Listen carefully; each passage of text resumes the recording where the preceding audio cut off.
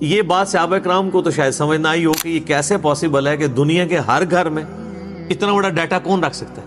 لیکن سر آج یوٹیوب حفظہ اللہ، گوگل دعوت برکاتوں عالیہ، اسلام کے بارے میں کوئی اسٹڈی کرنا چاہے تو اس تک نہیں بات پہنچ سکتی، پہنچ کی ہوئی ہے. ایک واقعہ ہوتا ہے پوری دنیا کے اندر وہ واقعہ پہنچ جاتا ہے. تو یہ ایک میڈیا کی برکت سے یہ ساری چیزیں ہوئی.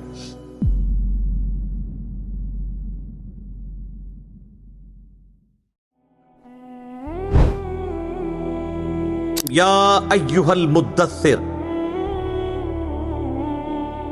اے چادر میں، اے کمبل میں لپٹنے والے، قم فانذر، اٹھ کھڑے ہو جائیے اور ڈر سنائیے.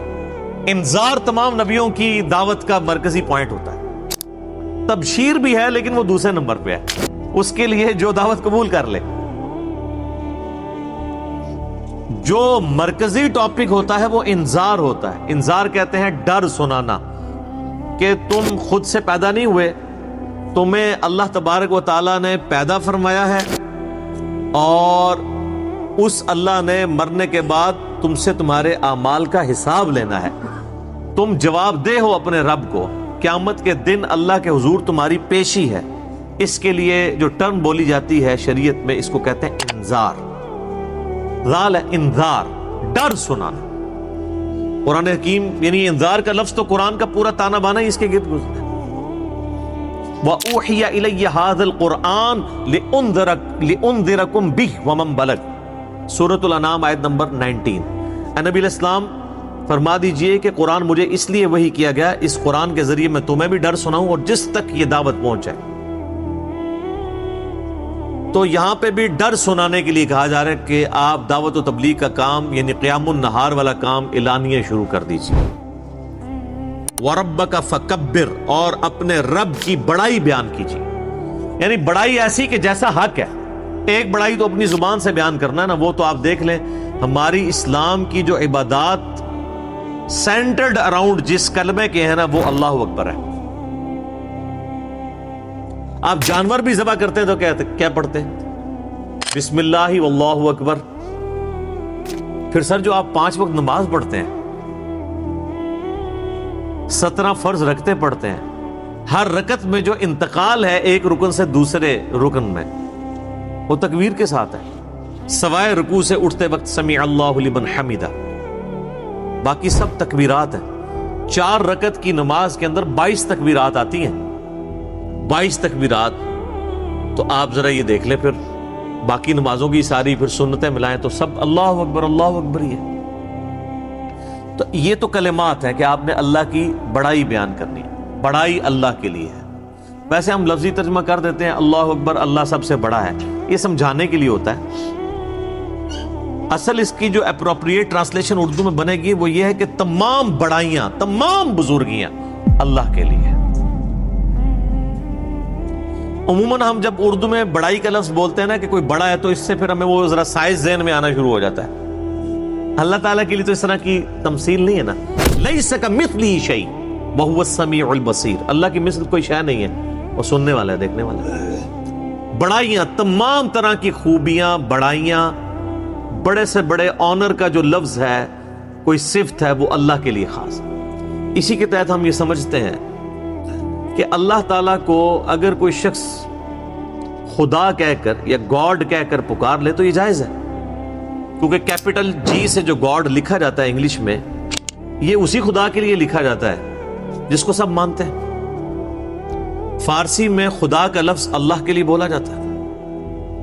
لہٰذا یہ جو اہل حدیث نے ایک فتنہ کھڑا کیا ہوا ہے اسماء و صفات کا، اور وہ یہ کہتے ہیں یہ خدا کا لفظ بولنا یا گاڈ کا لفظ بولنا یا اللہ کے لیے کوئی بھگوان کا لفظ بول لے تو یہ کوئی اسماء و صفات کا مسئلہ بن جائے گا، یہ کوئی شرکیہ مسئلہ ہو جائے گا. تو یہ ان کے یعنی ایک ذہن کی آپ سمجھ لیں کمزوری ہے. ایسا نہیں ہے. قرآن عربی میں نازل ہوا ہے. قرآن سے پہلے جتنی کتابیں الہامی ہیں وہ تو دوسری زبانوں میں نازل ہوئی ہیں. وَإِن مِّنْ أُمَّةٍ إِلَّا خَلَا فِيهَا نَذِيرٌ، اللہ تعالیٰ فرماتا ہے کوئی ایسی امت نہیں گزری جس میں ہم نے کوئی نہ کوئی ڈر سنانے والا نہ بھیجا. تو ایک تکبیر تو ہے کہ آپ نے الفاظ بولنے ہیں، اور ایک تکبیر جو مشکل تکبیر ہے وہ دعوت و تبلیغ کا کام ہے. کہ اللہ کی بڑائی بیان کرو جس طرح کے بیان کرنے کا حق ہے. دنیا پہ اللہ کی بڑائی قائم کر کے دکھائی ہے اللہ کے محبوب صلی اللہ علیہ وآلہ وسلم نے. یعنی وہ هو الذی ارسل رسولہ بالہدی ودین الحق لیظہرہ علی الدین کلہ ولو کرہ الکافرون ولو کرہ المشرکون. وہی اللہ ہے جس نے الہدی یعنی قرآن اور دین حق کے ساتھ اپنے پیغمبر کو مبعوث کیا تاکہ اسے تمام ادیان پر غالب کر دے خواہ کافر اس کا برا مان جائے. مسند احمد میں حدیث ہے, نبی علیہ السلام فرمایا قیامت اس وقت تک قائم نہیں ہوگی جب تک کہ دنیا کے ہر گھر میں میرا پیغام نہ پہنچ جائے اور لوگ چاہتے ہوئے یا نہ چاہتے ہوئے اس دعوت کو قبول کر لیں. اچھا, یہ بات صحابہ کرام کو تو شاید سمجھ نہ آئی ہو کہ یہ کیسے پاسبل ہے کہ دنیا کے ہر گھر میں اتنا بڑا ڈیٹا کون رکھ سکتا ہے. لیکن سر آج یوٹیوب حفظہ اللہ, گوگل دعوت برکاتوں عالیہ, اسلام کے بارے میں کوئی سٹڈی کرنا چاہے تو اس تک نہیں بات پہنچ سکتی. پہنچ کی ہوئی ایک واقعہ ہوتا ہے پوری دنیا کے اندر وہ واقعہ پہنچ جاتا ہے. تو یہ ایک میڈیا کی برکت سے ہی ساری چیزیں. اور پھر جب یہ یعنی ایک مزید آگے معاملہ بڑھے گا تو پھر تو دعوت الحمدللہ گھر گھر تک پہنچے گی. تو اس رب کی بڑائی بیان کرو, ایک تو بولنے کے اعتبار سے, باقی پریکٹیکلی بھی اس کے لیے آپ اللہ تعالیٰ کے گواہ بن کر کھڑے ہو جائیں اور انسانیت کے اوپر حجت تمام کریں. سیدنا جابر بن عبداللہ رضی اللہ تعالیٰ عنہ پوچھتے ہیں نبی علیہ السلام سے, اے اللہ کے محبوب صلی اللہ علیہ وآلہ وسلم, آپ پر نبوت کب واجب ہوئی, آپ کب نبی بنائے گئے؟ تو آپ صلی اللہ علیہ وآلہ وسلم نے فرمایا, میں اللہ کے ہاں اس وقت بھی خاتم النبیین لکھا ہوا تھا جبکہ آدم علیہ السلام ابھی روح اور جسم کے درمیان تھے. ایک روایت میں آتا ہے کہ آدم علیہ السلام ابھی مٹی اور پانی کے درمیان تھے, میں اللہ کے علم میں اس وقت بھی خاتم النبیین لکھا ہوا تھا. ظاہر ہے اللہ کے ڈیوائن نالج میں تو تھا. میں دعائے ابراہیم ہوں, میں عیسیٰ کی بشارت ہوں, میں اپنی ماں کا وہ خواب ہوں جو انہوں نے پیدائش کے وقت دیکھا جب میری پیدائش ہوئی, کہ ان کے لیے ایک ایسا نور ظاہر ہوا جس سے شام کے محلات بھی روشن ہو گئے ان پر. یعنی نبی علیہ السلام کی پیدائش کے وقت آپ علیہ السلام کی والدہ کو خواب کے ذریعے بشارت دی گئی کہ آپ سے جو بچہ پیدا ہونے والا ہے اس کی حکومت بالآخر رومن امپائر کے اوپر بھی حاوی ہو جائے گی. اور پھر لوگوں نے دیکھا. تو لیکن یہ جو ہم جس نبوت کے یعنی مبعوث ہونے کا ذکر کر رہے ہیں وہ نبی علیہ السلام کی مبارک زندگی کے 40ویں سال کے بعد کا معاملہ ہے. آپ علیہ السلام پیدائشی طور پر پیغمبر تھے لیکن مبعوث نہیں ہوئے تھے. اللہ کی طرف سے آپ کی بعثت نہیں ہوئی تھی. اللہ کی حفاظت میں ضرور تھے. نبی تو اللہ کی حفاظت میں ہوتا ہے, لیکن نبی کو یہ خود نہیں پتا ہوتا کہ میں اللہ کا پیغمبر ہوں جب تک کہ اللہ اسے مبعوث نہ کرتے. سورہ شورى میں واضح ہے, ما کنت تدری ما الکتاب ولا الایمان. اے نبی, قرآن کے نزول سے پہلے نہ تو آپ کتاب سے واقف تھے اور نہ ایمان کی تفصیلات کو جانتے تھے, بلکہ اللہ نے اس کتاب کو آپ کے لیے ہدایت کا ذریعہ بنایا. وَإِنَّكَ لَتَهْدِي إِلَىٰ صِرَاطٍ مُسْتَقِيمٍ, اور اب آپ بھی لوگوں کو سیدھے راستے کی طرف بلاتے ہیں. حتیٰ کہ صحیح بخاری میں سیدنا ابو بکر الصدیق رضی اللہ تعالیٰ عنہ کا ایک بڑا خطرناک قسم کا خطبہ موجود ہے. خطرناک میں اس لیے کہہ رہا ہوں کہ پاکستان میں 295C لگی ہوئی ہے, ورنہ حضرت ابو بکر پہ فٹ کر دیتے ہیں جو انہوں نے ڈاکٹرائن بتائی ہوئی ہے. صحیح بخاری میں خطبہ موجود ہے, میرا ایک یوٹیوب پہ کلپ بھی ہے, صحیح اور بخاری اور مسلم سے قرآن کے فضائل پہ 8 احادیث. اس میں میں نے یہ حدیث بتائی تھی کہ سیدنا ابو بکر جب خلیفہ بنے رضی اللہ تعالیٰ عنہ علیہ السلام, تو انہوں نے جب پہلا خطبہ دیا تو اس میں ان کے الفاظ ہیں کہ اللہ تعالیٰ نے محمد صلی اللہ علیہ وآلہ وسلم کو اس کتاب کے ذریعے ہدایت دی. ذرا الفاظ سننے, محمد کو اللہ نے اس کتاب کے ذریعے ہدایت دی اور اب تم نے یہ کتاب کا پیغام ان کی امت تک آگے پہنچانا ہے. شکر ہے ادھر کو کھڑا نہیں ہو گیا کہ یار امیر المومنین یہ آپ کیا کہہ رہے ہیں, نبی علیہ السلام پہلے گمراہ تھے. نعوذ باللہ, گمراہ نہیں تھے, لیکن آپ کی ہدایت ڈیٹم لیول کی تھی، بنیادی، تفصیلات نہیں تھی اس میں۔ قرآن میں وَوَجَدَكَ ضَالًّا فَهَدَىٰ، اے نبی آپ کو ہم نے اپنی محبت میں حق کی تلاش میں خود رفتہ پایا تو منزل مقصود تک پہنچا دیا۔ یہ گمراہی والا ترجمہ تو غلط کیا ہے، اس کے اوپر جو بریلوی گرفت کرتے ہیں نا اہل حدیث اور دیوبند کی، وہ ٹھیک کرتے ہیں۔ ضال کا مطلب نبی علیہ السلام کے لیے گمراہی نہیں ہوگا، ضال کا ایک مطلب کسی کی محبت میں ڈوبنا بھی ہوتا ہے، جیسا کہ یوسف علیہ السلام کے بھائیوں نے اپنے والد کے بارے میں کیا کہا تھا؟ ان ابانا لفی ضلال مبین، ہمارے ابا جان تو اس بیٹے کی محبت میں ڈوب چکے ہیں۔ وہ یہ تو نہیں کہہ رہے تھے ہمارا ابا گمراہ ہو گیا ہے، وہ یہ کہہ رہے تھے کہ یہ اس ایک بیٹے کی محبت میں ڈوبا ہوا ہے، ہمیں بھی ذرا توجہ دے۔ تو یہ وَوَجَدَكَ ضَالًّا فَهَدَىٰ، اس کا ترجمہ جو ہے وہ احمد بریلوی صاحب نے ٹھیک کیا ہے کہ تمہیں اپنی محبت میں خود رفتہ پایا، منزل مقصود تک پہنچا دیا۔ تو قرآن کے ذریعے اللہ تعالیٰ نے آپ علیہ السلام کی ہدایت کو کامل کیا۔ تو نبی پیدائشی طور پہ نبی ہوتا ہے، لیکن اسے پتہ نہیں ہوتا جب تک مبعوث نہ ہو جائے، ورنہ تو بخاری مسلم میں جو حدیث آتی ہے کہ نبی علیہ السلام کو جب پہلی دفعہ فرشتہ نظر آیا تو آپ کی حالت جو ہوئی ہے، مطلب آپ تو خوش ہو جاتے کہ میں 40 سال سے انتظار کر رہا تھا، شکر ہے تو آ گیا۔ الٹا آپ علیہ السلام پریشان ہو گئے، حتیٰ کہ بخاری مسلم کے الفاظ ہیں سیدہ خدیجہ سلام اللہ علیہا ان کو اپنے کزن ورقہ ابن نوفل کے پاس لے گئی۔ انہوں نے جب نبی علیہ السلام کی کنڈیشن سنی، وہ نابینا ہو چکے تھے، انہوں نے کہا یہ تو وہی لگتی ہے، وہی والی وہی جو موسیٰ علیہ السلام پہ نازل ہوئی تھی۔ تو پھر انہوں نے کہا کہ عنقریب آپ کی قوم آپ کو نکال دے گی یہاں سے۔ ہائے ہائے ہائے ہائے ہائے، نبی علیہ السلام نے کہا کہ میری قوم مجھے یہاں سے نکال دے گی، یہ تو مجھ سے بڑی محبت کرتے ہیں۔ انہوں نے کہا کہ یہ دعوت ہی ایسی ہے، آپ سے پہلے جس جس پیغمبر نے اپنی قوم میں یہ دعوت بلند کی ہے نا، اسے اس کی قوم نے نکال ہی دی ہے۔ کاش میں اس وقت تک زندہ رہا تو میں آپ علیہ السلام کی مدد کروں گا، ورنہ وہ پہلے ہی فوت ہو گئے۔ ویسے تو ان کو وہ اسی لیے ان کو ہم صحابی کے طور پہ نہیں گنتے ہیں، کیونکہ نبی علیہ السلام اس وقت تک صرف نبی بن کے مبعوث ہوئے تھے، رسول نہیں بنے تھے۔ اس وقت سورۃ العلق کی آیات نازل ہوئی تھی، رسول تب بنے جب یہ آیات نازل ہوئی ہیں کہ اب آپ کھڑے ہوں اور لوگوں کو دعوت و تبلیغ کا کام کریں۔ پہلے صرف یہ تھا کہ آپ کے اوپر وہ حقیقتیں آشکار ہوئی تھی، اور 40ویں سال یہ معاملات شروع ہو گئے تھے۔ صحیح مسلم میں حدیث ہے کہ نبی علیہ السلام نے فرمایا کہ میں اس پتھر کو بھی پہچانتا ہوں جو بعثت سے پہلے مجھے سلام کیا کرتا تھا۔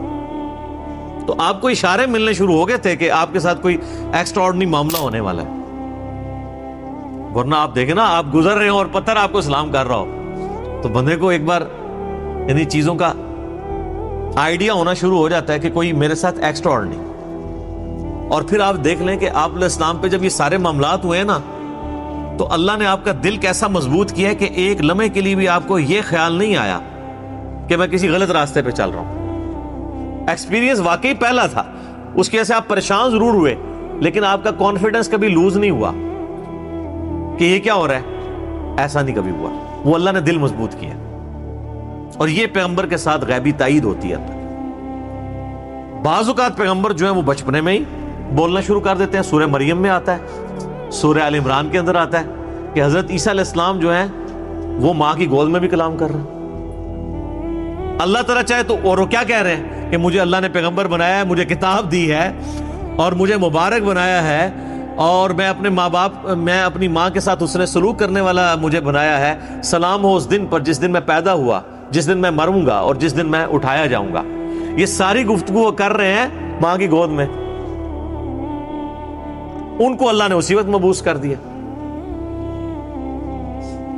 اکثر انبیاء کو اللہ تعالیٰ نے 40 سال کی عمر میں مبعوث کیا، کیونکہ 40 سال کی عمر جو ہے نا یہ میچورٹی کی عمر ہے۔ حضرت موسیٰ علیہ السلام کو بھی 40 سال کی عمر میں مبعوث کیا۔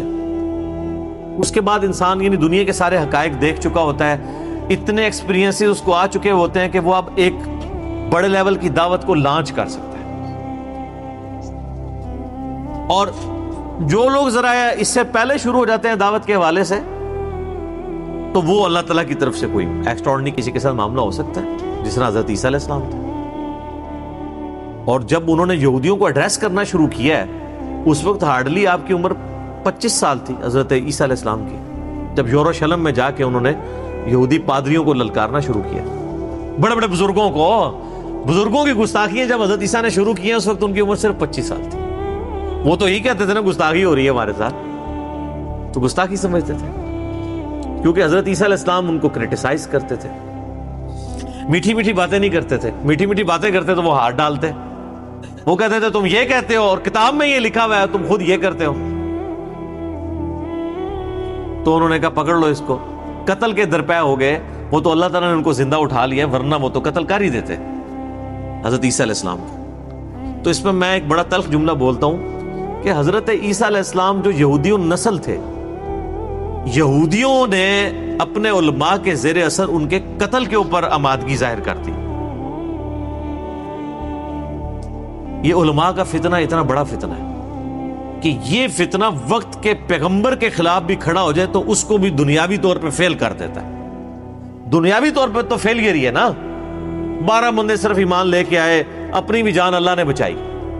دنیا میں تو یہ دیکھا جاتا ہے نا اس کے کروڑوں فالوور ہوں تبھی تو بتا رہے ہوتے ہیں نا جی جناب اتنا بڑا اجتماع ہوا ہے، اتنے جلسے میں لوگ آئے. وہ کیوں بتا رہے ہوتے ہیں؟ کامیابی کے لیے. حضرت عیسیٰ علیہ السلام کے جلسے میں کتنے لوگ ہوتے تھے؟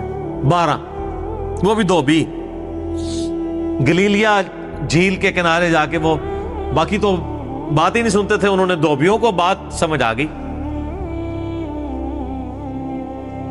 وہ جناب اللہ کی مرضی ہے کسی کو بات سمجھ آ جائے.